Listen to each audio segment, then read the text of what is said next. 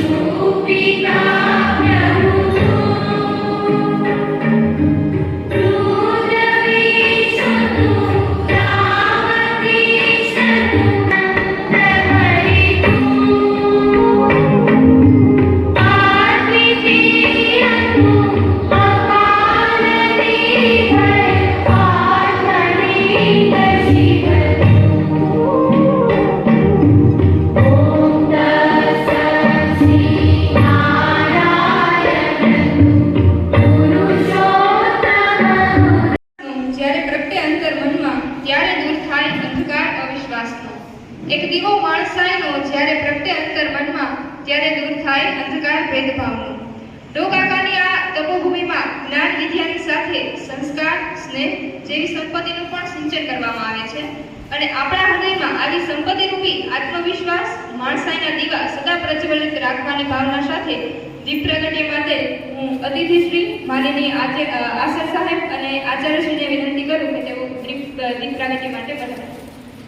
आत्मायुष्टा प्राणस्वमोहा नवनीरयायता यो शान्तिरन्तरिक्षं शान्तिर्मेधिः शान्तिरापः शान्तियोगादयः शान्तिः मानसादयः शान्तिर्विभवेदेवासो शान्तिः शान्तिरेव शान्तिः सामा शान्तिरेधि स्वतो यथा शान्तिः हरिः ओम. आज आनंद, आज उमंग, आज नैनो माने, आज हम आंगणे कंचन वर्षे में. तो આજના એવા અતિથિ વિશેષ સ્વામી શ્રી વેદનિષ્ઠાનંદજીનું સૂતરની આંટીથી સ્વાગત કરવા હું વિદ્યાપીઠના ટ્રસ્ટી શ્રી આસર સાહેબને વિનંતી કરું. માનનીય આસર સાહેબ.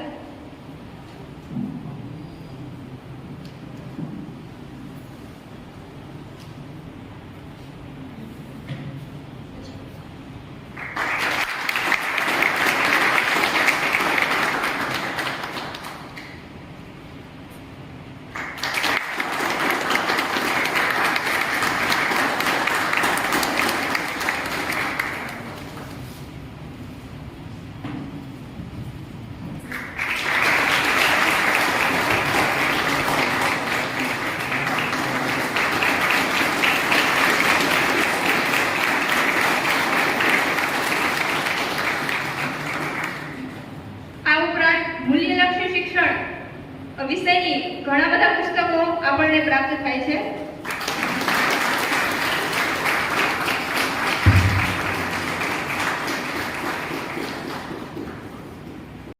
અને જાજર માણ વેચો છો, ઓલા ઈમાન વેચે છે, તમે મુસ્કાન વેચો છો. એવા અમારી મહાવિદ્યાલયના આચાર્ય શ્રી ડોક્ટર રૂપલબેન માંકડને વિનંતી કરું કે આવો અને આપણી આ ભૂમિ પરંપરા નિભાવીને આજના કાર્યક્રમની ભૂમિકા સ્પષ્ટ કરો.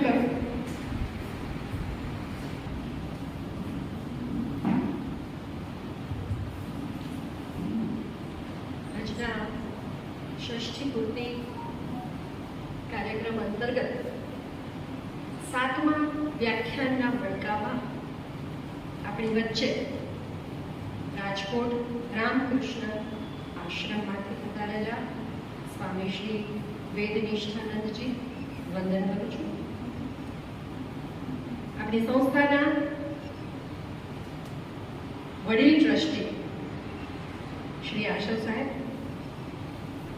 આપણી સંસ્થાની બંને શાળાઓ જીબુટી હાઈસ્કૂલના આચાર્ય શ્રી શૈલેષભાઈ તેમજ બાલ મંદિરના આચાર્ય શ્રી રંજનબેન,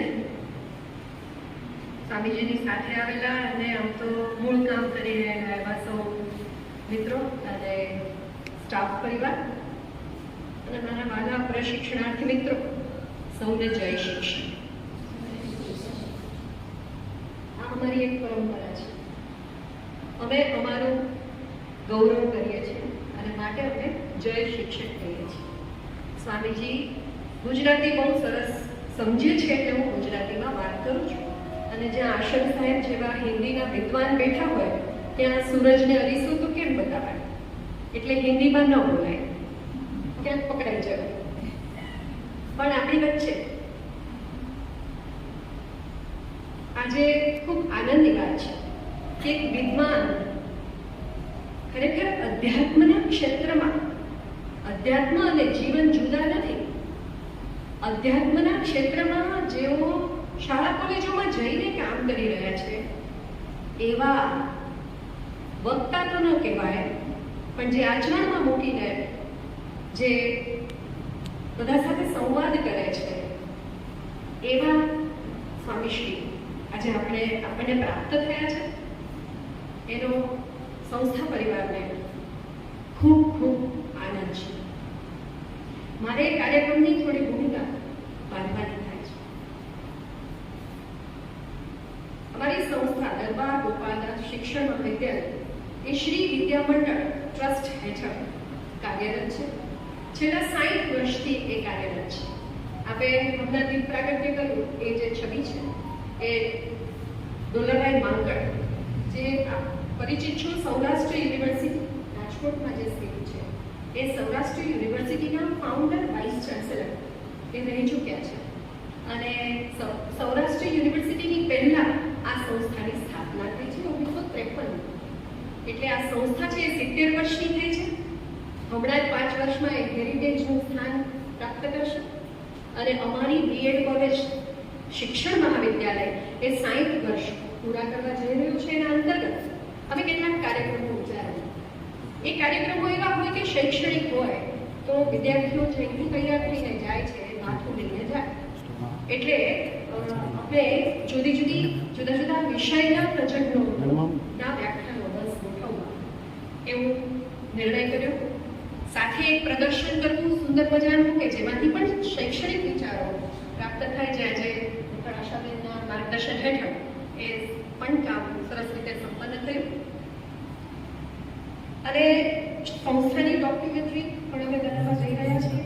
અને આપ સૌના પ્રવચન છે એને પણ અમે પુસ્તક સ્વરૂપે વિદ્યાર્થીઓને આપવાનું ધાર્યું છે. તો આ જે અમારો શૈક્ષણિક પ્રયોગ છે, એ શૈક્ષણિક આયામ છે, એનું મૂળ છે એ સંસ્થાના સ્થાપકના વિચારોમાં રહેલું છે. કારણ કે અમારી સંસ્થાની જે સ્થાપના છે એ મૂળ 3 હેતુને ધ્યાને રાખીને થઈ છે. એમાંનો એક હેતુ, પહેલો હેતુ છે જ્ઞાન. જ્ઞાન છે એ પાયો છે, ફિલોસોફી છે. પણ જ્ઞાન સૂકું કોરું કટ હોય તો એનો કોઈ અર્થ નથી રહેતો. એ પ્રવાહી થવું જોઈએ, એને ગતિ મળવી જોઈએ, એ વ્યવહારમાં મુકાવવું જોઈએ, ત્યારે બૃહદ સમાજ એનો ફાયદો થાય છે. તો જ્ઞાન એ પહેલો હેતુ છે. અને એ જ્યારે ક્રિયાન્વિત થાય તો દરેક વ્યક્તિએ શ્રમ કરવો જોઈએ. એટલે અમારી સંસ્થાનો બીજો હેતુ છે શ્રમ. અને એ શ્રમ યુક્ત જ્ઞાન જ્યારે બને ત્યારે એનો લાભ કોને મળવો જોઈએ? તો સમાજને એનો લાભ થવો જોઈએ. અને એટલે ત્રીજો હેતુ જે સંસ્થાનો છે એ છે સમાજ સેવા. તો અમારા વિદ્યાર્થીઓને અમે જ્ઞાન તો આપીએ જ છીએ, ડિગ્રી તો આપીએ જ છીએ, પણ એ જ્ઞાન ક્રિયાન્વિત થાય એટલે અમારા વિદ્યાર્થીઓ અમારા કેમ્પસની જાળવણી કરે છે, આ બધા આયોજનો કરે છે, પૂરતો માનસિક અને શારીરિક શ્રમ પણ કરે છે. અને સાથે સાથે અમે એમનો અનુબંધ સમાજ સાથે કેળવવાનો પ્રયાસ કરીએ છીએ. સ્વામીજી હમણાં અમારે ગયા વર્ષે જ ખૂબ મોટું અહીંયા પૂર આવ્યું અને અમારું અલિયાવાડા લગભગ ડૂબેલું. ત્યારે અમારા વિદ્યાર્થીઓ, અમારી અમારી ફેકલ્ટી, અમારી સંસ્થા પરિવાર આખો સાથે રહી અને અમે એ બધું જ કામ કર્યું અને એનું સમાજનું દાયિત્વ, શિક્ષણ અને સમાજનું દાયિત્વ જોડાણ વધે એવા આયાસ અમે સૌ કરી રહ્યા છીએ. મિત્રો, આપણે સૌ આજે ખૂબ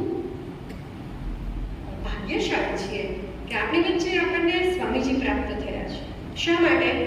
એ વેલ્યુ એજ્યુકેશન, મોરલ જે અત્યારે ખૂટતું જાય છે ધીમે ધીમે, તો એ મોરલ એજ્યુકેશન પર ખૂબ કામ કરી રહ્યા છે. બહુ સરસ વાત હમણાં અમે બેઠા હતા, થોડી વાર એમાં થઈ કે મૂલ્ય શિક્ષણનું કામ કરતા હોય ને, સ્વામીજીએ એમ કીધું કે શુગર ઇન ધ સી. એ કામ કેવું અઘરું છે. દરિયામાં એક ખાંડનું ટીપું નાખવા જેવું અઘરું કામ છે. કર્યા કરવાનું છે, શ્રદ્ધાથી કર્યા કરવાનું છે અને ચોક્કસ એક દિવસ આપણે એ મીઠાશ ચારે બાજુ પ્રસરાવી જ શકીએ. તો ડોલોરાઇટ માંકડની સંસ્થામાં એ ડોકાકા એટલે સંસ્કૃતના વિદ્વાન, ગુજરાતીના વિદ્વાન, એમના 44 પુસ્તકો છે. એ ભારતીય પ્રાચ્ય વિદ્યાનો પણ એમનો અભ્યાસ હતો. સંસ્થા મેનેજમેન્ટ પણ ધરાવે છે અને વેદ ઉપરનો એમનું એક બહુ સરસ મજાનું પુસ્તક છે, gate of ઋગ્વેદા. A ડોકાકાનું parallel history તરીકે માનવામાં આવે છે એવું પુસ્તક છે. અમે ડોકાકા કહીએ છીએ, ડોલોરાઇટ માંકડ. તો એમની સંસ્થામાં આપ આવ્યા છો. અમારા વિદ્યાર્થીઓ સૌ આજે ભાગ્યશાળી છે કે ખરું અધ્યાત્મ શું છે, ખરું જ્ઞાન કયું, મૂલ્યો કયા જીવવા જોઈએ અને સાચવવા જોઈએ. આજે આપણે સૌ એમની પાસેથી આ અંગેનું માર્ગદર્શન મેળવવાના છીએ. ત્યારે ગંગાજળ વિદ્યાપીઠ અને દરબાર પોપાદર શિક્ષણ મહાવિદ્યાલય પરિવાર વતી હું સ્વામીજી અને સૌ રાજકોટના કૌશિકભાઈ વગેરે મિત્રોનો સૌને હું ખૂબ હૃદયથી આવકારું છું, સ્વાગત કરું છું.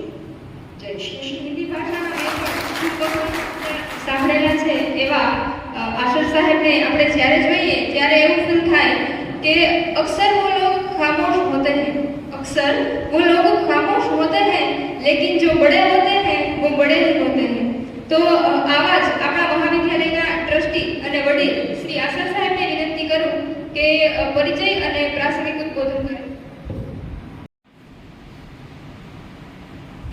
आज के समारंभ के अध्यक्ष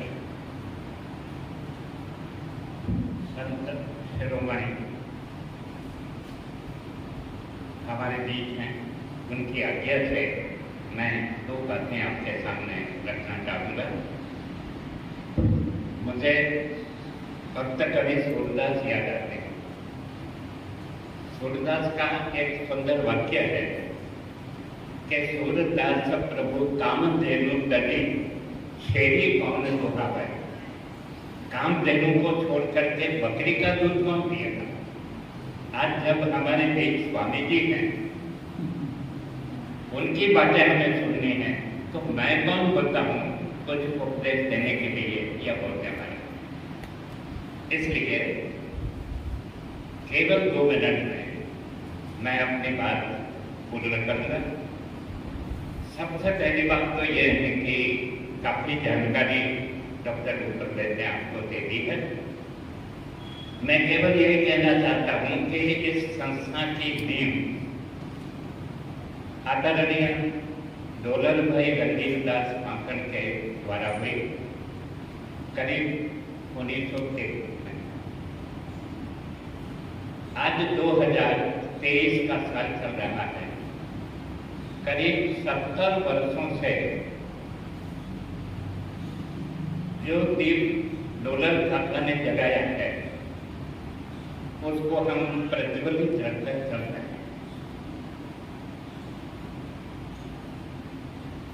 सादा जीवन, उच्च विचार. और मैंने जो बताया कि 3 उद्देश्य से लेकर के वे चले थे, ये तीनों उद्देश्य की पूर्ति करने के लिए आज एक व्यक्ति यहाँ का बिल्कुल सजग होकर काम कर रहा है. मैं अनुभव करता हूँ कि डोलर काका की चेतना आज भी इस विद्यालय के कण कण में विद्यमान और इसी को आधारभूत मानकर हम काम कर रहे हैं। अनेक झंझावात आए, झंझावात तो आते हैं चले जाते हैं, मगर उन झंझावातों के बावजूद भी जो दीपक उन्होंने जलाया है आज अखंड है। और हम स्वामी जी की उपस्थिति में ये वचन देते हैं कि उन्होंने जो जो जगाई है उसे बुझने नहीं देंगे, कदापि नहीं देंगे।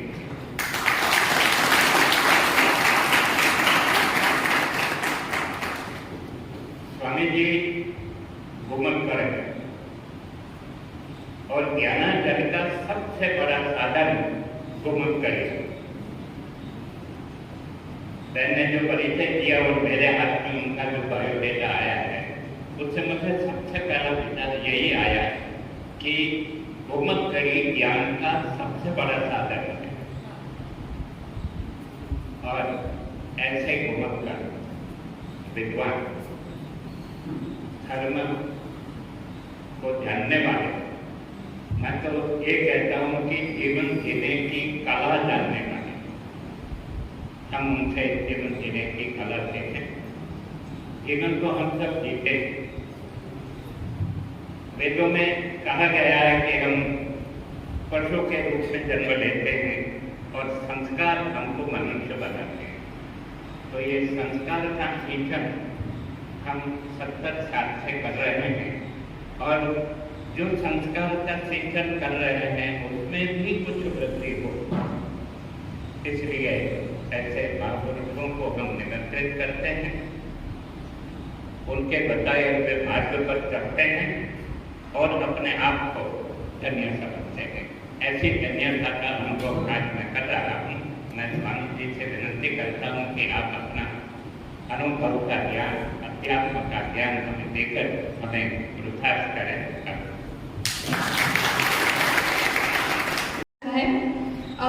હવે આ ક્ષણે મને ગુજરાતી સાહિત્યની એક પંક્તિ યાદ આવે કે નથી મફતમાં મળતા એના મૂલ ચૂકવવા પડતા, નથી મફતમાં મળતા એના મૂલ ચૂકવવા પડતા, આ સંતો અને સંતપણા નથી મફતમાં મળતા। એટલે એમ કહું કે આપણે સૌ ખરેખર સદભાગી છીએ કે આપણી વચ્ચે સ્વામી શ્રી વેદનિષ્ઠાનંદજી છે। હું એમને વિનંતી કરું કે આપ પધારો અને આપ અમારી તપરૂપી, વાણીરૂપી અને બુદ્ધિરૂપી માળામાં એક વધુ અમળકો ઉમેરો। વંદનીય સ્વામી શ્રી વેદનિષ્ઠાનંદજી।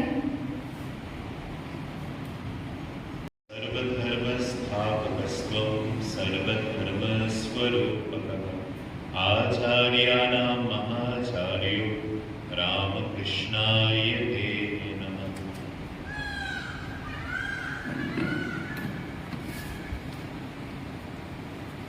अत्र उपस्थित सभी को नमस्कार। स्वामी विवेकानंद का भारतवर्ष में प्रत्यावर्तन ईयर 1897 और कुछ ही समय बाद गंगा जी के किनारे बेलूर मठ में स्वामी विवेकानंद का रामकृष्ण संघ, रामकृष्ण मिशन का प्रतिष्ठा। और ये दोनों जो ऐतिहासिक खूब महत्वपूर्ण घटना है उसका 125 साल हुआ। रामकृष्ण संघ के लिए एक उत्सव है और हम अनेक उपाय से विविध रूप से इसको हम मना रहे हैं। पर अगर हम वो जो परिकल्पना है ये उत्सव का उसमें हम ध्यान दें तो एक वैशिष्ट इसका हमको नजर में आता है। और वो विशिष्टता ये है कि हम लोगों ने आश्रम में जब हम लोगों ने ये परिकल्पना की कि कैसे ये ऐतिहासिक समय को हम लोग एक उत्सव के रूप में मनाएं। It was obvious कि we have to go to people। सिर्फ आश्रम में उसका उत्सव मनाने से नहीं चलेगा, हमको समाज में जाना पड़ेगा, लोगों के पास जाना पड़ेगा और बहुत स्वाभाविक रूप से हम हम सब सहमत हुए कि हमको विद्या प्रतिष्ठान में जाना है। हम लोगों ने ये परिकल्पना की नहीं कि हमको ऐसी इंडस्ट्रीज में जाना है। हम लोगों ने ये परिकल्पना की नहीं कि हमको बिजनेस हाउसेस में जाना है। हम लोगों ने ये परिकल्पना नहीं की कि हमको राजनीतिक जो क्षेत्र है वहाँ पे जो शख्स है उनके साथ मिलना है। बहुत सरल, स्वाभाविक पर बहुत स्पष्ट रूप से हम सब सहमत हुए कि स्वामी जी की वाणी को लेके हम लोगों को विद्या प्रतिष्ठान में जाना है। ऐसे ही एक विद्या प्रतिष्ठान में आज हम लोग आए हैं। मैं पहले बार आया हूँ यहाँ पे, और अभी आप सबके सामने उपस्थित होने के पहले काफी समय में ये विद्या प्रतिष्ठान के माननीय ट्रस्टी श्री और ये विद्या प्रतिष्ठान के माननीय प्राचार्य श्री से मैं काफी समय बात किया।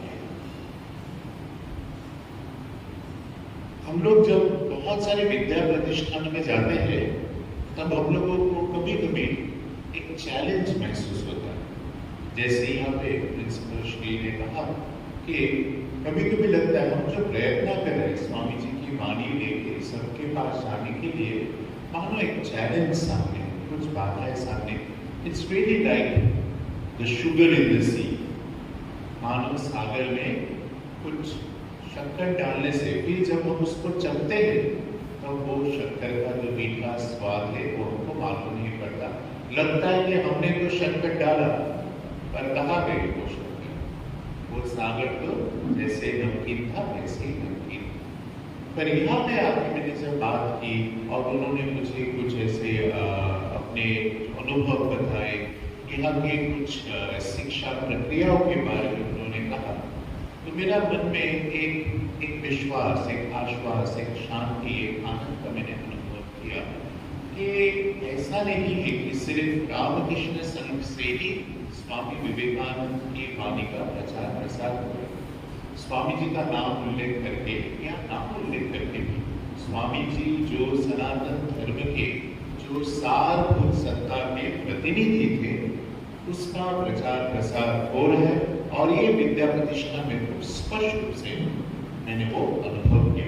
और इसके लिए यहाँ पे जैसे ट्रस्टी श्री ने कहा कि हम लोग डोनर जी का जो सप्ताह है और वो जो दिया जला है वो उसको कभी बुझने नहीं देंगे।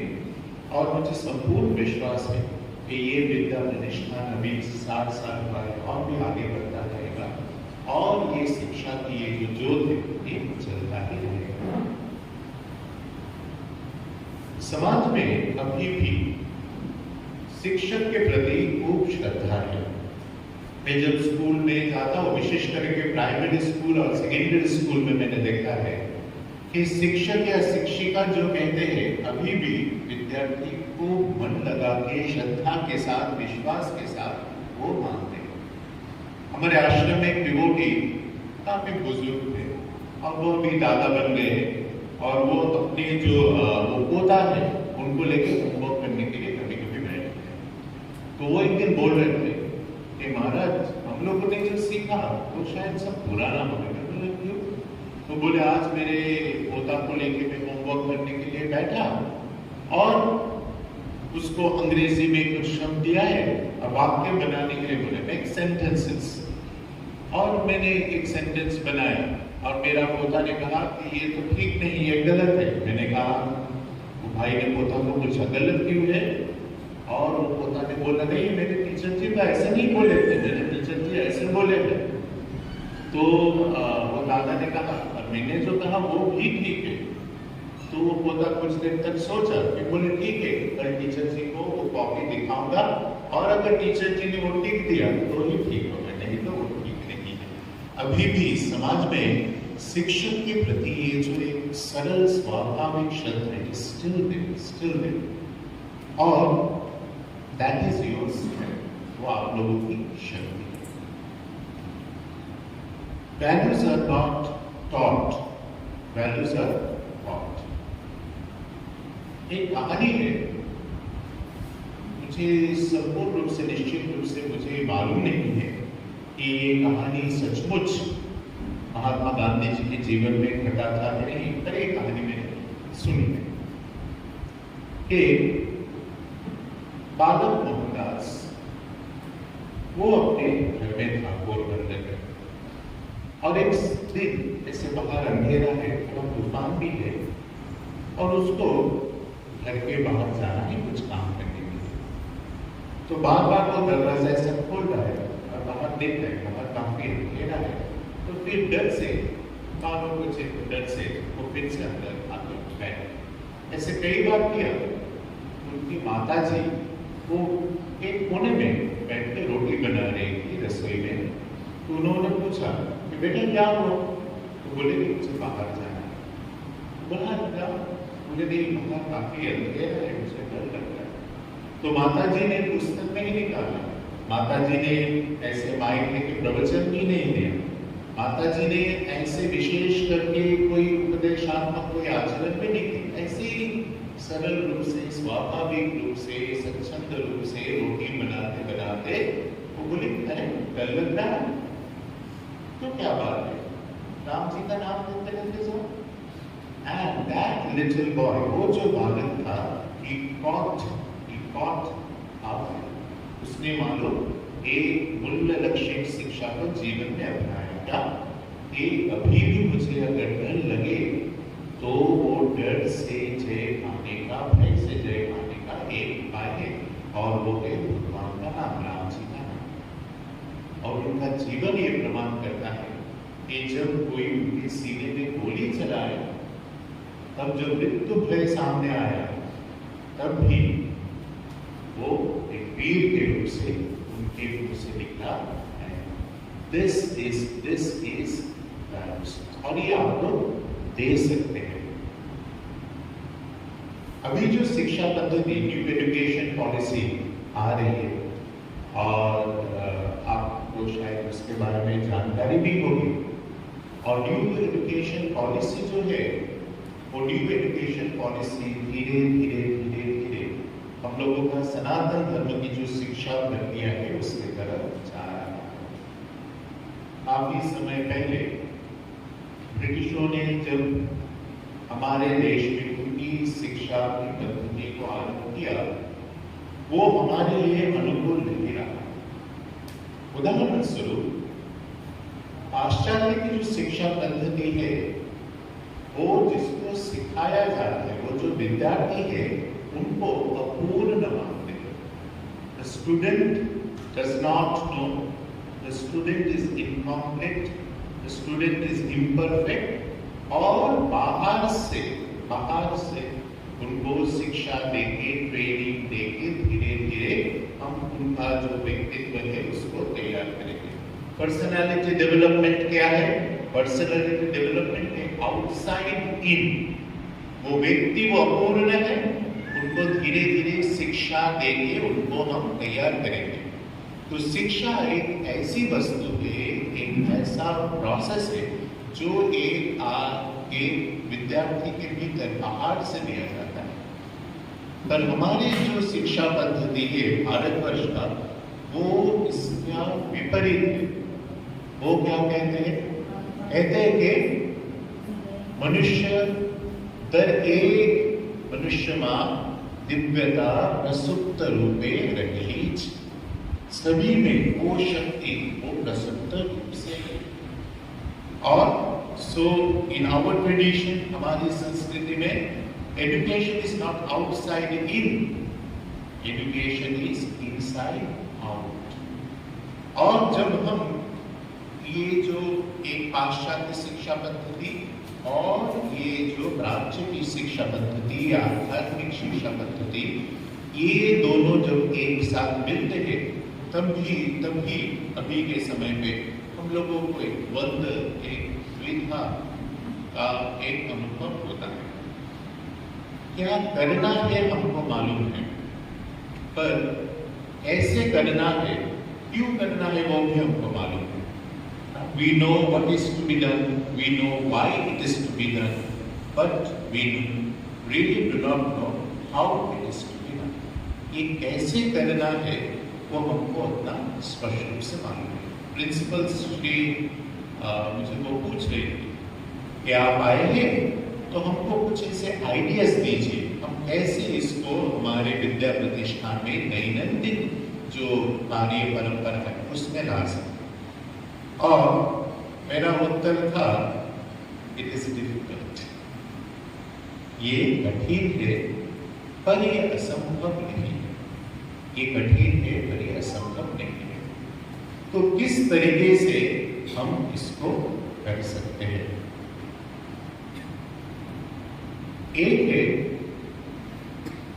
कि जो शिक्षक है, स्वामी निखिलेश्वरानंद जी का एक विख्यात पुस्तक है शिक्षक तो छे ज्योतिर्धर।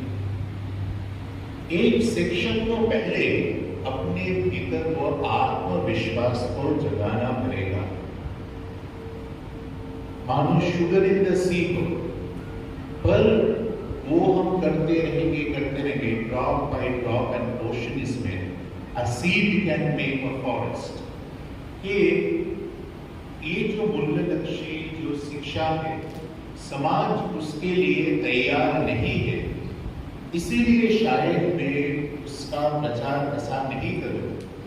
ये पराजय अगर शिक्षक लोग मान लेंगे तो कभी भी हम लोग वो लक्ष्य तक पहुंच नहीं पाएंगे। अभी अगर हम समाज में देखते हैं तो विशेष करके घर में दादा दादी नाना नानी वो लोग न्यूक्लियर फैमिलीज में एक साथ नहीं रहते। गाँव की बात और है शायद, पर शहर में धीरे धीरे समाज का जो स्थिति है वो बदल रही है। और घर में माता पिता भी कभी कभी, क्योंकि उनको भी ये पाश्चात्य शिक्षा से ही उनको शिक्षा मिली है, ये जो मूल्यलक्षी जो शिक्षा है उसके बारे में वो उतना उनको जानकारी नहीं है। अभी अंत में जिम्मेदारी सिर्फ वो रहता है वो शिक्षकों के ऊपर। पर कभी कभी क्या होता है मालूम है, धर्म के नाम से, प्रवचन के नाम से, उपदेश के नाम से लोगों को कंटाल है। It is something educative, but sometimes it's not entertaining. तो हम लोग स्वामी जी का वाणी लेके जब हम स्थान में गए, जैसे यहाँ पे वो प्रदर्शनी हम लोगों ने लगाई, स्वामी जी के जीवन की 40 घटनाएं उनमें हैं, और हम ऐसे विद्या प्रतिष्ठान में गए और हम लोगों ने लगा दी ये एग्जीबिशन लगाया हुआ है और अब इसको देखो। तो जैसे होता है ना, वो झुंड में आए, किसी ने देखा किसी ने नहीं देखा, और फिर वहां से वो चले गए। हम लोगों को लगा रहे एग्जीबिशन तो ठीक तरीके से देखा नहीं, तो क्या करना पड़ेगा, we have to find out some way to make it interesting for them. ये शिक्षक के सामने चैलेंज है। हम लोग अगर सिर्फ किसी को बोलेंगे कि महाभारत पढ़ लो, रामायण पढ़ लो, गीता जी पढ़ लो, एक्सेट्रा एक्सेट्रा, तो शायद वो पढ़ेंगे पर वो और लोग नहीं होगा। और स्वामी जी की कृपा से an idea came into our mind.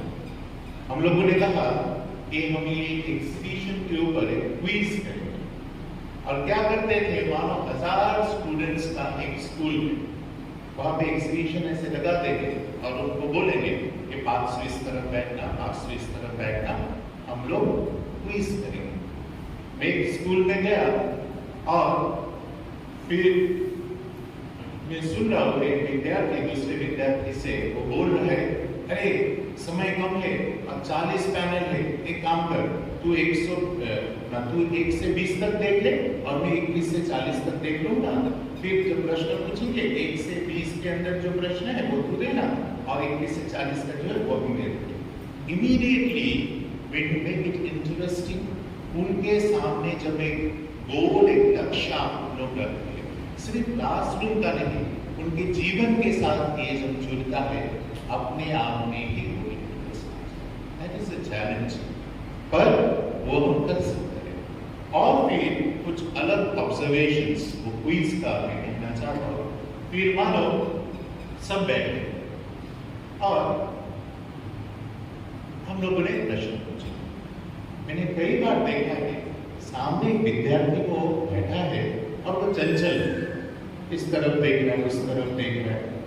फिर हम लोगों ने एक सहज प्रश्न पूछा और वो विद्यार्थी को प्रश्न का उत्तर मालूम था और हम लोगों ने वो चंचल विद्यार्थी को बोला, हाँ तुम बोलो, और उसने बोला। जब भी वो बोला उसके साथियों ने सब ताली बजाई। वो जो उसकी प्रतिभा का एक पहचान मिला, इमीडिएटली मैंने देखा वो चंचल विद्यार्थी अभी और चंचल नहीं है। He is able to connect। और उसके बाद जितने प्रश्न है ना वो एकदम ध्यान से सुन रहा है। So a teacher needs first is a teacher needs to believe in self-confidence। समाज कुछ भी कहे, आदर्श के प्रति वो टीचर का वो विश्वास होना चाहिए और वो टीचर का वो विश्वास होना चाहिए कि हाँ मैं वो बीज बनूंगा जिससे धीरे धीरे एक वन तैयार हो। मैं वो बीज बनूंगा। Everything had a beginning. ये जो हम सब ये बोल रहे हैं कहाँ से आ रहा हो? स्वामी विवेकानंद से आ रहा हो। उनको अगर हम एक दिव्य पुरुष की भांति हम उनकी चिंतन ना करें, वो भी तो हमारे जैसे मनुष्य थे। उन्होंने ये जो आध्यात्मिकता का दिया जलाया, धीरे धीरे 125 साल बाद भी वो दिया अभी तक जल रहे। यहाँ पे डॉक्टर राय जी ने जो दिया जला, वो दिया जल रहा है। हम लोग भी अगर अपने जीवन में वो जोत जलाएंगे, ऐसे बहुत सारे दिए हैं। स्वामी विवेकानंद जी का जीवन, महापुरुष का जीवन ये प्रमाण करता है कि दिया से दिया जलता है और जलता ही रहता है। तो पहला है कि हमारे टीचर, हमारे शिक्षक, जय शिक्षक, उनको जय प्राप्त करने के लिए पहले अपने ऊपर विश्वास करें। और फिर दूसरी जो बात है कि वो शिक्षा चाहे वो ज्यादातर हम लोग वैल्यूज एजुकेशन कैसे देते हैं? हम लोग क्या बोलेंगे कि मानो महापुरुषों की जीवन और वाणी के बारे में जानना, हम कुछ पाठ्य पुस्तक दे देंगे, पर कभी कभी हमको ऐसा लगता है कि अभी के समय के जो विद्यार्थी है उसके लिए वो लोग तैयार नहीं है। So we have to find out creative ways. 3 creative way होता है। एक है कहानियों के द्वारा हम उनको समझाएं, एक है खेल के द्वारा हम उनको समझाएं, और एक है गीत के द्वारा उनको समझाएं। मैं यहाँ पे उदाहरण देना चाहूंगा कि कैसे खेल के द्वारा हम लोग एकाग्रता सिखा सकते हैं। आप लोग अभी तक शिक्षक नहीं बने हो, अभी भी आप लोग शिक्षक बनने के लिए विद्यार्थी हो, तो शायद थोड़ा मैं जो कह रहा हूँ थोड़ा गंभीर और कंटाल भाई ऐसे खिड़की से आग छाप मार रहे कि मैं अंदर आऊं क्या? अंदर आ जाओ। ये जो एक खेल हम लोग खेलेंगे, और ये मैं कितने सारे विद्यालय में मैं गया हूँ और हर जगह पे ये खेल को मैं खेलता हूँ, और मैंने देखी कि वो एकाग्रता के बारे में अगर बहुत कुछ बोलते शायद उनको समझ में नहीं आता। ये ग कहानी, खेल और गीत से कितना सरल रूप से समझ में आया।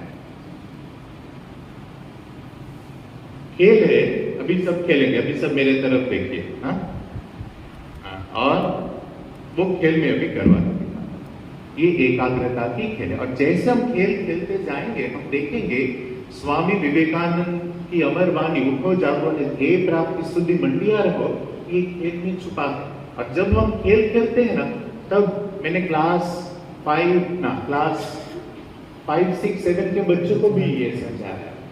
तो यहाँ पे मैं उंगली दिखाऊंगा, ऐसे उंगली दिखाऊंगा, ऐसे छुपा लूंगा, फिर सामने लाऊंगा और आपको एक उंगली देख के एक ताली बजानी है।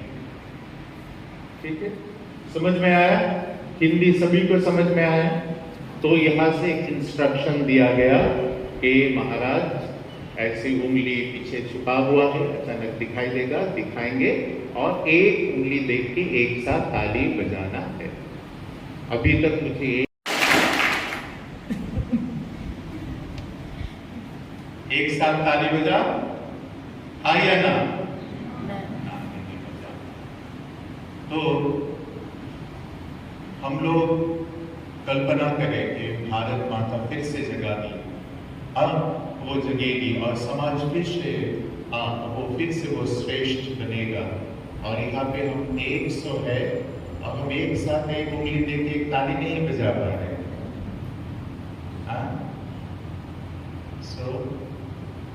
तो अगर हम कोई कार्य करते हैं और विफल हो जाते हैं तो क्या करते हैं? क्या करते हैं? हताश हो जाएंगे तो क्या करेंगे? फिर से करेंगे। तो और एक बार ट्राई करते हैं। एकदम परफेक्ट हुआ? हाँ या ना? एक आवाज ही गूंजना चाहिए, मुझे तो एक आवाज नहीं लगा। और एक बार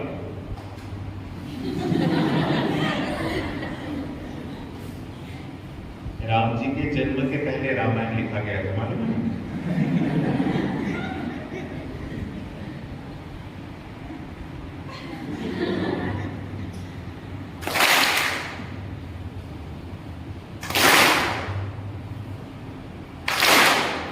तो हम लोग एक उंगली देख के एक बार ताली हम लोग बजाएं।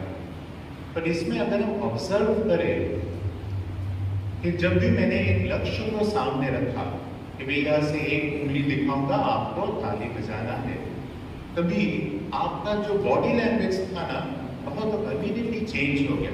कोई ऐसे सुन रहे थे, और जब भी मैंने कहा कि अभी एक उंगली देख के एक ताली बजानी, तो सभी लोग सजाग हो गए, अलर्टनेस। विद्यार्थी में, आप जब विद्यार्थियों में जाएंगे और एक शिक्षक के रूप में कुछ सिखाएंगे, अलर्टनेस इज वेरी इंपॉर्टेंट। उनका एक अटेंशन एंटेना होता है, दिखाई नहीं देता, अटेंशन एंटेना। और बोलते वो जो अटेंशन का जो एंटेना होता है कि कितने देर तक वो मन लगा के एक बात सुन सके, कुछ समय बाद वो एंटेना अपने आप ही आउट ऑफ कनेक्शन हो जाता है। पर कोई भी कारण से उनको एक फिल्म दिखाओ 3 घंटे का, और हर 15 मिनट के बाद उनका चेहरा देखो, they are glued to the film because they are finding it interesting. और अगर हम नॉलेज को इंटरेस्टिंग नहीं बनाएंगे तो ऐसा होगा कि operation successful but patient dying, ऐसा होगा। सो ये शिक्षक का चैलेंज है, दिस शुड बी, कि आप जब क्लास में जाए विद्यार्थी के मन में वो उत्साह हो कि ये जो बोलेंगे मैं सीखूंगा, ये सीखूंगी। और उनका एंटेना अगर ऐसे आप रहे ना, तो आप कुछ भी बोलिए, आप फिजिक्स बोलिए, केमिस्ट्री बोलिए, एनीथिंग यू से they will be able to accept that. पर एक बार एंटेना डिस्कनेक्टेड हो गया, अभी आप कुछ भी बोला, हाँ ये जो सम है ये बहुत इंपॉर्टेंट है, ये परीक्षा में आएगी, बट आएगी तो आएगी, बात में देखेंगे। So keep this sajagta, this alertness, this awareness in you and others. तभी ही शिक्षा की ये शिक्षा का आदान प्रदान ये सफल हो। दूसरा क्या था कि एक बार से नहीं हुआ तो क्या मंडिया रहो। ये सिर्फ एक विद्यार्थी के लिए ही नहीं है। मुझे याद आ रहा है, मैं राजकोट आश्रम में था, वहां पे हम लोग बालकों के लिए संस्कृत वर्ग आरंभ करना चाहते थे। और वहाँ पे सौराष्ट्र यूनिवर्सिटी के तब हेड ऑफ द डिपार्टमेंट थे राजेंद्र चोटालिया जी। तो वो उनके साथ ऐसे में संपर्क में आए, उनको मैंने अनुरोध किया कि आश्रम में आके एक सेवा के रूप से ये बालकों को संस्कृत सिखाएंगे। वो बोले हाँ मैं सिखाऊंगा। और फिर मैंने उनको प्रश्न पूछा कि आप तो यूनिवर्सिटी में वो पढ़ाते हैं, ये बालकों को आप कैसे पढ़ाएंगे? तो बोले कि महाराज आप चिंता मत कीजिए, मैं सीख लूंगा। वो मेरे पास से संस्कृत सीखेंगे और मैं उनके पास से सीखूंगा कैसे एक बालक को पढ़ाया जाता है। सच a wonderful approach of teacher. एक यूनिवर्सिटी के हेड ऑफ द डिपार्टमेंट वो बोल रहे कि मैं जब उनको पढ़ाऊंगा, क्या पढ़ाना है वो तो मुझे मालूम है, पर कैसे पढ़ाना है वो मैं उनको पढ़ाते सीखूंगा।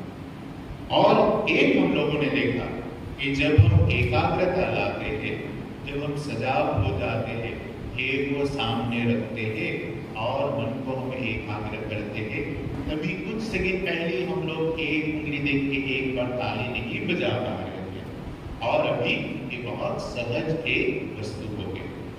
तो एक शिक्षक के नाते आपकी शक्ति के ऊपर विश्वास रखें, आप ज्योतिर्धर हैं। समाज में एक परिवर्तन का प्रयोजन हम सब महसूस करें और आशा के साथ, विश्वास के साथ हम लोग हमारे शिक्षक गोष्ठी की तरफ देख रहे थे। उनके परिश्रम के द्वारा धीरे धीरे नई पीढ़ी तैयार होगा और समाज में ये जो मूल्य लक्ष्य परिवर्तन हम सब चाहते वो धीरे धीरे आएगा। उसके लिए आपका जो वर्क है, make it interesting, make it interactive। 5 तरीके से हम शिक्षा दे सकते हैं। The 5 steps of knowledge। कुछ भी अगर कहना है, the first is introduce it। The 5 I's, we both the 5 I's, English में I, alphabet I, 5 I's। First is introduce the idea। आप क्या बोलना चाहते हैं पहले ही विद्यार्थी को बोल दीजिए। ये क्लास में हम लोग ये पढ़ेंगे और क्लास के अंत में फिर उनको याद दिलवा रहे हैं कि वो जो टॉपिक था उस क्लास उसके ऊपर हमने ये पढ़ा है। Next is, first is introduction, then है इंफॉर्मेशन। कुछ बेसिक इंफॉर्मेशन होता है, तथ्य होते हैं, उनका भी उल्लेख कीजिए। कभी कभी हम तथ्य में तत्वों में चले जाते हैं, थ्योरी में चले जाते हैं। Give examples. और फर्स्ट है इंट्रोडक्शन, देन है इंफॉर्मेशन। तृतीय जो है वो इनसाइट।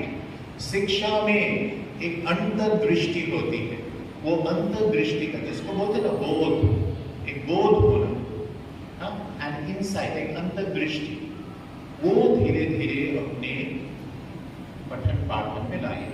फोर्थ जो है वो है इंस्पिरेशन।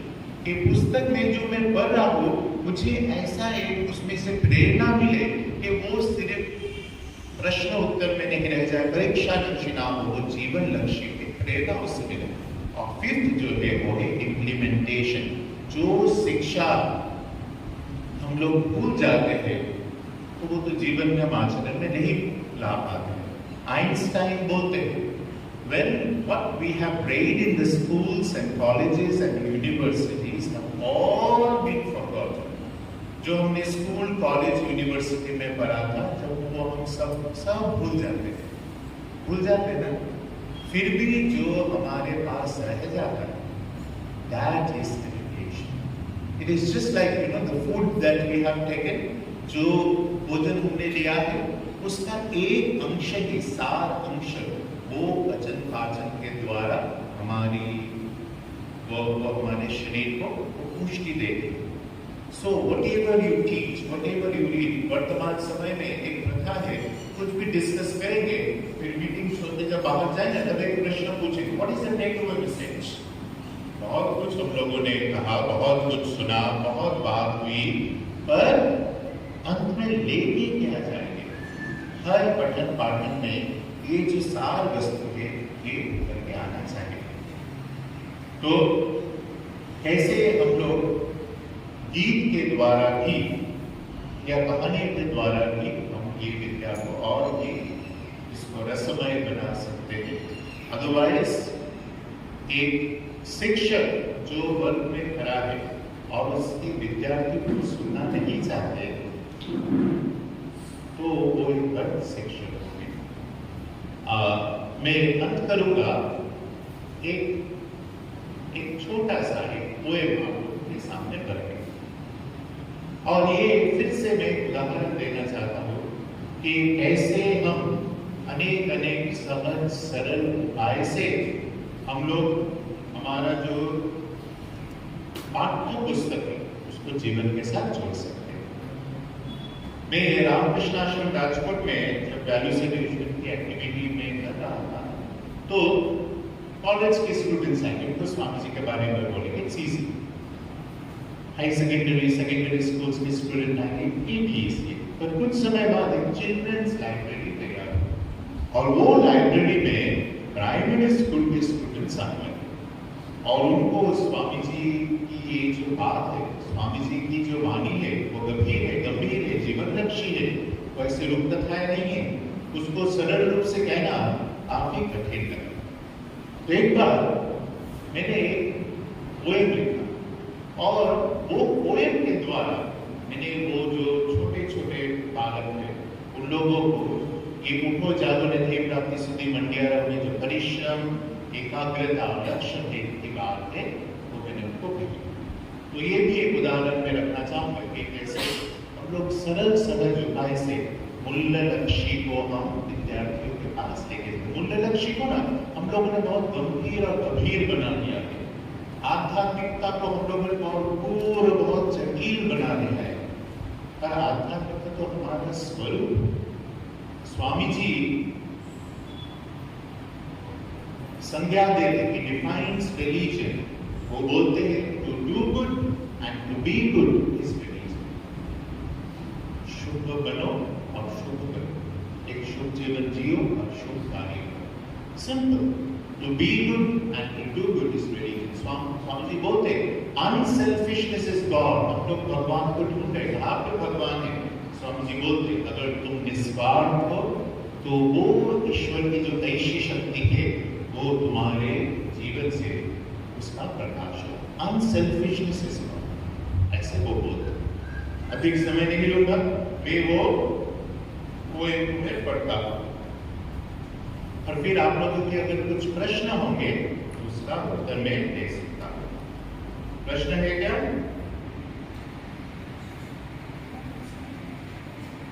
टीचर्स बोलेंगे हम लोग तो प्रश्न। Any questions? आप गुजराती में पूछ सकते हैं, मैं हिंदी में भी जवाब दूंगा। टीचर्स में भी चाहे तो कोई पूछ सकते हैं। एनीवन?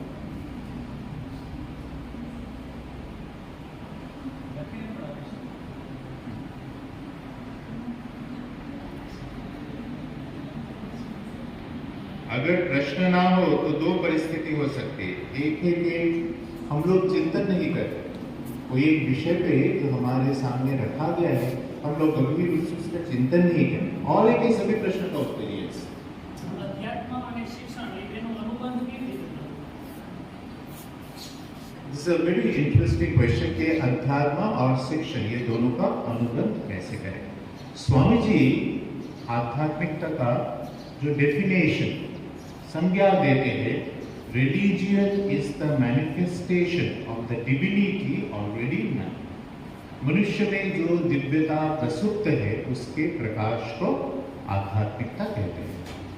और स्वामी जी एजुकेशन को, शिक्षा को मानो एक ही छाया रूप एक संज्ञा देते हैं। वो बोलते हैं education is the manifestation of the perfection which is already in man. शिक्षा मनुष्य में जो पूर्णता है उसका प्रकाश का नाम है। Religion is the manifestation of the divinity already in man, और education is the manifestation of the perfection already in man. आध्यात्मिकता मनुष्य में जो दिव्यता है उसका प्रकाश है, और शिक्षा मनुष्य में जो पूर्णता है उसका प्रकाश है। कोई भी कारण से हम लोगों ने अपने दैनंदिन जीवन से आध्यात्मिकता को आश्रमों में, मंदिर में, पुस्तकों में, कथाओं में, तीर्थ में, उत्सवों में हम लोग इसको लेके गए, और फिर हम लोगों ने मानो दो अलग जीवन किया है। एक हमारा व्यवहारिक जीवन सेक्युलर, और उसमें कभी कभी ये मूल्य लक्ष्य जो आचरण है उसको हम उतना महत्व नहीं देते, और हम कहते हैं कि एमएच आए थे, दिस इज प्रैक्टिकल। और एक अलग स्थान हम लोग रखते हैं कि ये जो समय है ये समय में हम व्रत करेंगे, ये समय में हम उपवास करेंगे। इसके द्वारा फल क्या हुआ है, हमारी आध्यात्मिक संस्कृति और हमारी सामाजिक जो संस्कृति है वो मानो एक भेद उसमें आ गया है। स्वामी विवेकानंद ने वेदांत के द्वारा फिर से वो आध्यात्मिकता को, वो बोलते मानो वन से, जंगल से बाहर लेके वो घर में लेके आए, हमारे दैनंदिन जीवन में लाए। तो कैसे आध्यात्मिकता और शिक्षा को हम एक करें? मैं सिर्फ स्वामी जी का वो जो डेफिनेशन है रिलीजन का वो आप लोगों के सामने रखना चाहूंगा। To be good and to do good is religion. कि जो भी हमको श्रेय लगता है, जो भी हमको कल्याणकर लगता है, वो हम खुद बने और उसका प्रचार प्रसार करें। और वही तो शिक्षा का कर्तव्य है ना, कि ये जीवन में, ये जगत में जो भी शिक्षणीय है, जो भी कल्याण कर है, उसको हम अपना जीवन में लाए और वो विद्यार्थी को सिखाए कि उनका मनुष्य जीवन धीरे धीरे तैयार हो। तो ये शिक्षा और आध्यात्मिकता, ये इसमें कोई भेद नहीं है। आध्यात्मिकता हम लोगों को सिखाता है कैसे जीवन का जो दिव्यता है उसको प्रकाश करे। शिक्षा का भी वही कर्तव्य है। Any other questions? हाँ, और भी कोई प्रश्न?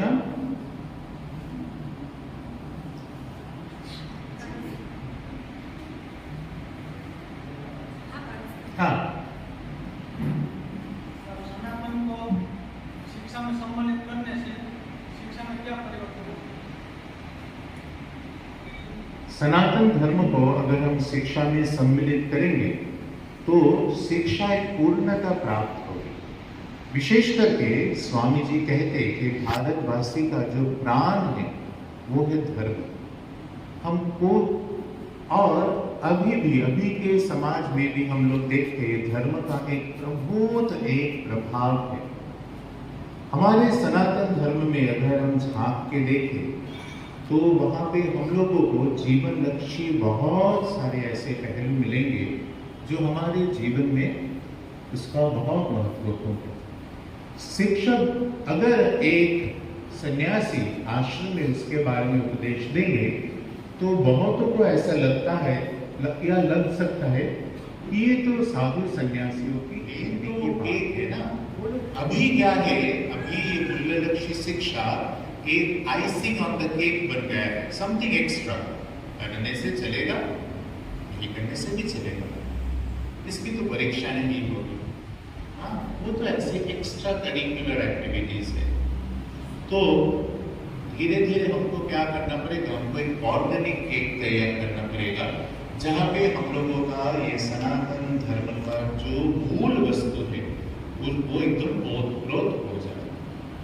धर्म और आध्यात्मिकता स्वामी विवेकानंद के चिंतन के अनुसार वो अलग वस्तु है। आध्यात्मिकता वैश्विक है, पर धर्म वो समाज, संस्कृति, भाषा, पुस्तक और आचार आचरण के ऊपर वो निर्भरशील है।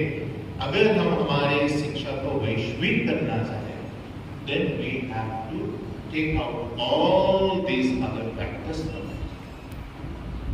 और एक प्रश्न 11:25 हुआ, और एक प्रश्न। શિક્ષણમાં એકાગ્રતા લઈ આવી હોય તો આધ્યાત્મિકતા દ્વારા કઈ રીતે લઈ આવી શકાય? શિક્ષણમાં એકાગ્રતા લઈ આવી હોય તો આધ્યાત્મિકતા દ્વારા કઈ રીતે લઈ આવી શકાય?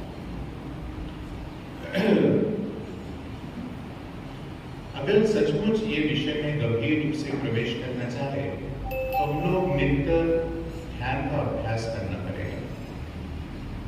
और हमारे जो प्राचीन साधु होते हैं जिनके पास से हम लोग ध्यान सीखते, हमारे रामकृष्ण संघ के जो गुरु होते हैं, वो बार बार कहते हैं कि ध्यान के समय हम मन को अंतर्मुखी करने का प्रयास करते हैं, पर इतना सहज नहीं होता। और क्यों सहज नहीं होता? क्योंकि ध्यान के अलावा जो दूसरा समय है वो समय में हम अपने मन को एकाग्र नहीं करते। Our mind controls us, we don't control the mind. दिन के बाकी समय हम लोग सजाग नहीं रहते। श्री मां शारदा देवी कहती है, मानो मन का दो भाग कर लेना। एक भाग है जो मेरा जीवन का लक्ष्य को जानता है, और दूसरा भाग है, वो भाग को कहते हैं श्रेय। श्रेय श्रेय वो है जो मेरे लिए अच्छा है पर कभी कभी मुझे अच्छा नहीं लगता। और दूसरा भाग है मन का जिसको कहते हैं प्रेय। प्रेय है मुझे बहुत अच्छा लगता है पर मेरे लिए अच्छा नहीं है। Excessive use of mobile phone, हम में से सभी जानते हैं कि excessive use of mobile phone is not good. कल परीक्षा है और हाथ में मोबाइल है। अभी मन के दो भाग है। हाँ? ये एक भाग बोले कल परीक्षा है, अभी तो मोबाइल नहीं देखना, अभी तो पढ़ाई करना है। और दूसरा भाग बोलते वो जो मैंने मैसेज भेजा था ना उसको उत्तर दिया तो एक बार देखो, अरे ये क्या उत्तर दिया, मुझे तो इसका प्रत्युत्तर देना है। हाँ? मैंने मेरे फ्रेंड को ये मैसेज भेजा था और उसने ये मैसेज भेजा और उसने तो देख लिया कि मैंने देख लिया, दो ऐसे ब्लू टिक आ गए और वो सोचेगा या सोचेगी कि मैंने उसका बात मान लिया। तो एंड इट गोज ऑन। जीवन में सफलता पाने के लिए हम लोगों को एकाग्रता भी अगर सफलता के पहलू हो, हम लोगों को हमेशा जीवन में क्या श्रेय है क्या प्रेय है वो जानना पड़ेगा। एक भाई पूरे में व्यक्ति जा रहे दौड़ रहे और किसी ने उनको पूछा कहाँ जा रहे, वो बोले मुझे मालूम नहीं, हो सके तो पूरे को पूछो। बिकॉज हमारा मन ऐसा हो गया, हमारा मन हम लोगों को नियंत्रण करता है पर हम अपने मन को नियंत्रण नहीं कर सकते। नित्य कुछ समय श्री रामकृष्ण देव एकदम सरल उपाय से बोलते हैं, हम लोगों को नित्य कुछ समय एकांत में रहना पड़ेगा। पूरा एकांत। घर में अगर एक स्थान हो जहाँ पे मैं एकांत हो सकता हूँ, वहां पे कुछ समय एकांत में रहना पड़ेगा। और मैं कोई धर्म के रूप से नहीं बोल रहा, हम कुछ समय तक एकांत में बैठे, स्वामी जी अपने राजयोग में सिखाते हैं। और मानो अपने मन से आप वो अपने मन को देखें। स्वामी जी बोलते मन की अवस्था ऐसी है कि वो चंचल बालक के जैसा है, और चंचल बालक के ऊपर अगर हम ध्यान देते ना, वो बीच बीच में देखता है मेरे ऊपर ध्यान दे रहे, तो वो धीरे धीरे उसकी चंचलता कम होती जाती है। तो कुछ देर तक मन को देखना है और फिर हम लोगों को धीरे धीरे श्वास और प्रश्वास लेना है। विशेष करके प्राणायाम नहीं करना है, सरल साधारण स्वाभाविक रूप से श्वास और प्रश्वास लेना है। क्यों करना है? हम लोग देखते हैं कि हमारा ये जो ब्रीदिंग है वो हमारा मन से जुड़ा हुआ है। स्वामी जी राजयोग में कहते हैं जब हमारा मन चंचल हो जाता है तब हमारा ये श्वास भी ये रैपिड हो जाता है। तो दीज आर कनेक्टेड। तो अगर हम धीरे धीरे हमारे ये श्वास को एक रिदमिक वे से लेना सीखेंगे ना, तो जब भी मैं चाहूंगा कि मेरा मन को अभी एकाग्र करना है, तो अभ्यास के द्वारा मैं अपने मन को धीरे धीरे एकाग्र कर पाऊंगा। तो एकाग्रता कैसे है? और एक बात है कि मन को तैयार करने के लिए हम जो भी करें पूरा मन लगा के करें। उसमें कभी कभी क्या होता है, हमारा लाइकिंग्स और डिसलाइक्स भी आ जाता है। महाराज बोल रहे हैं मुझे अच्छा लग रहा है तो मैं सुन रहा हूँ, महाराज बोल रहे हैं मुझे तो अच्छा नहीं लग रहा है तो थोड़ा खिड़की से बाहर की तरफ ही देखो। नहीं, अपने मन को तैयार करना पड़ेगा कि जो श्रेय है उसको भी वो ग्रहण करेगा। ठीक है, ये हमें समाप्त करें। हाँ, सभी को खूब खूब धन्यवाद। ये विद्या प्रतिष्ठान के ट्रस्टी श्री आचार्य श्री सभी को खूब धन्यवाद कि आज हम लोगों को एक मौका मिला कि स्वामी विवेकानंद के शिक्षा लक्ष्य, मूल्य लक्ष्य शिक्षा लक्ष्य जो विचार है उसमें से कुछ पहलू आपके सामने रखने के लिए अंत में ये विद्या प्रतिष्ठान अपना षष्ठी पूर्ति वर्ष का उत्सव मना रहे हैं। भगवान श्री रामकृष्ण देव, श्री मां शारदा देवी और स्वामी विवेकानंद के चरण में प्रार्थना करता हूँ कि ये विद्यालय को खूब आशीर्वाद करें। ओम शांति शांति।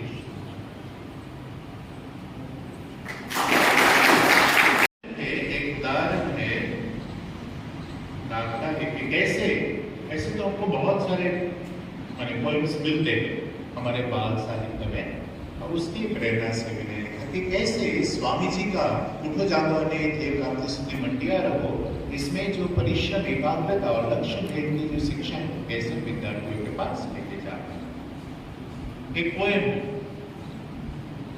ये एक चींटी को देख रहा है, एन एंट, कीड़ी, और वो चीटी को वो बोल रहा है। मेरा अनुरोध है आप लोग मेरे साथ बोलिए, हाँ? आरे चीटी आरे चीटी, आरे मेरा दोस्त, तेरे पास से सीखा मैंने, जीवन का बंदोबस्त, एक जो मैंने तुझसे सीखा, वो है परिश्रम, लगे रहना अपने काम में, पूरी शक्ति से हरदम।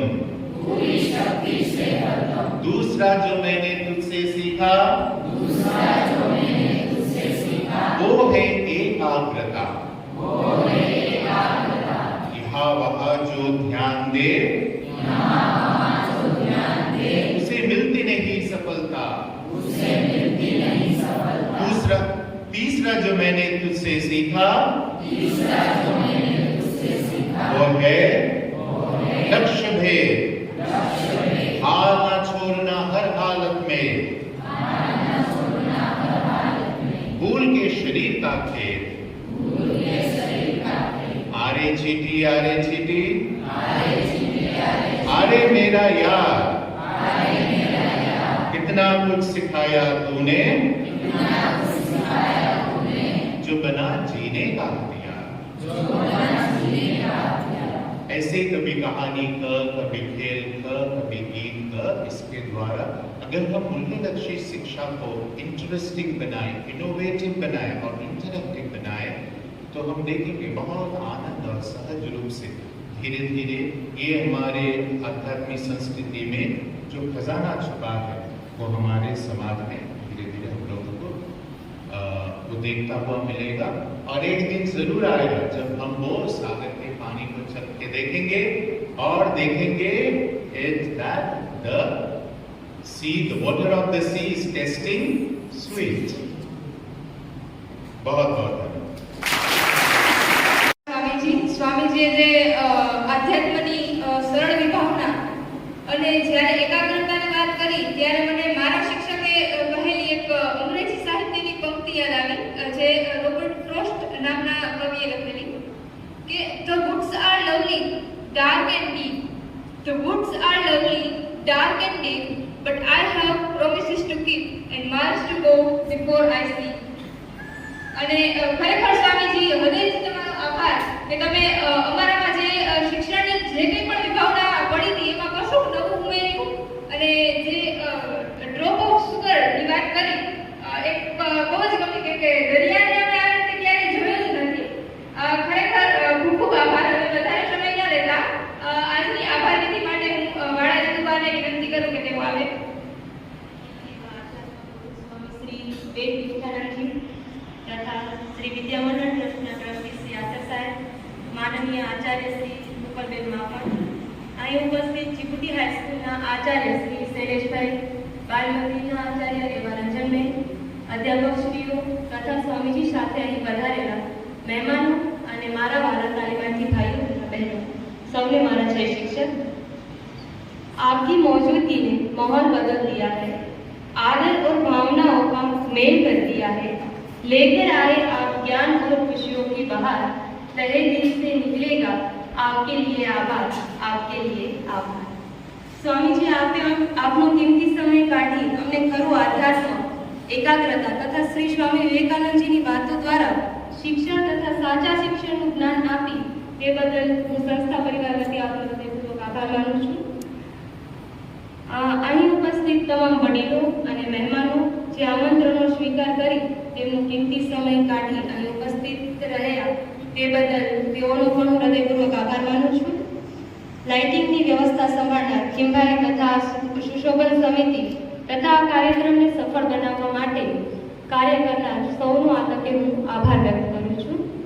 અને રૂપલ મેમ હંમેશા કહે છે કે અમારા સાચા મહેમાનો એવા એફવાય તથા એસવાયના તાલીમાર્થી મિત્રો આ વ્યાખ્યાનમાળાને સફળ બનાવવા બદલ તેમનો પણ હું આ તકે આભાર વ્યક્ત કરું છું। અને અંતે હું એટલું જ કહું कि आप आए द्वार पे हमारे, लेके ढेर सारा प्यार, आपके पास है किताबों का भंडार, ज्ञान देकर हमको आपने दिया आधार। अब निश्चित रूप से करेंगे हम सकारात्मक सुधार। हर जगह फैलेगी खुशियाँ। आपका बहुत